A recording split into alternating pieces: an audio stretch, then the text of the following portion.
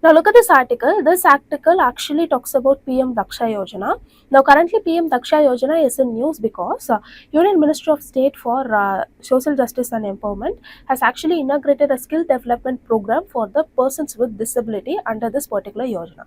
So learning about the basics of this scheme is very important from the prelims perspective. That is why we have chosen this particular article. So this PM-DAKSH Yojana, it can be expanded as Pradhan Mantri Dakshta or Kushalta Sampann Hitgrahi Yojana.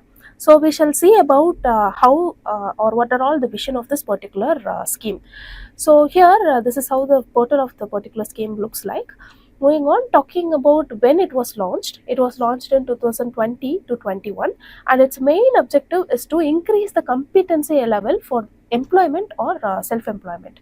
So what the Yojana actually focuses on is they provide skill development training to any particular individual who falls under particular category, and by providing the skill development, either they should be self-employed or they should entrepreneurship, they should be an entrepreneur, or they should be hired by someone who offers a good salary. So this is what the objective of the particular scheme is. So the ministry or the nodal agency is Ministry of Social Justice and Empowerment, and it is actually aligned with the National Skill Qualification Framework, in short called as NSQF, and it provides for post-training employment, self-employment support as well. Now moving on, we shall say about the target groups. See, any particular scheme, you have to see the target groups because it will be asked in your prelims. In mains also, the scheme might be asked, and that is why you have to know about the target groups. Here, scheduled caste, other backward class, denotified tribes, economical weaker section, as well as Safai Mitra, including the waste pickers. They are the target groups. Now moving on, categories of skill programs.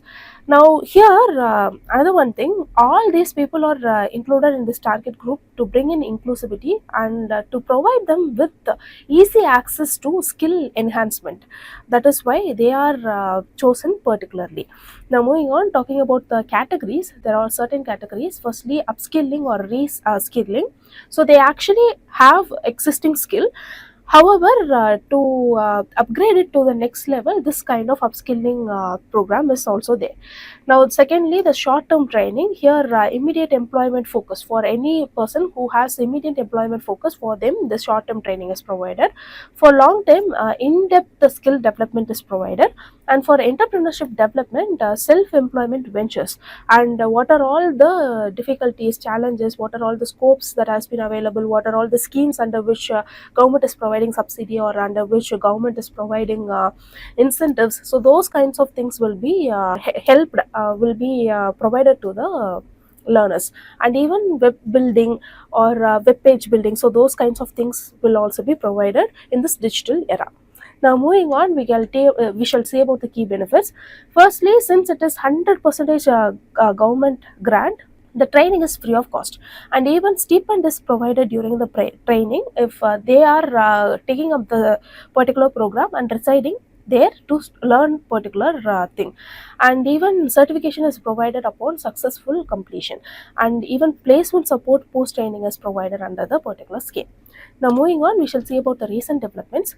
See, these things you can highlight in your mains answer in your GS paper 3.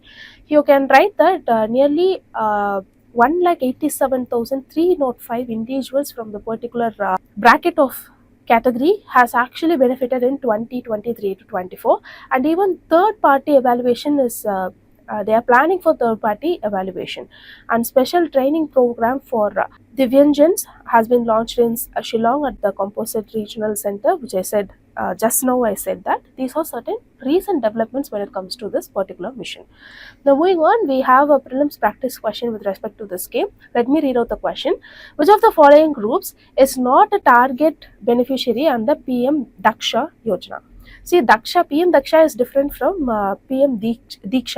So don't confuse both. Daksha is different, Diksha is different.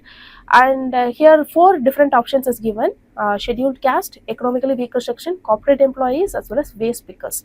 The correct answer for the question is option C, corporate employees.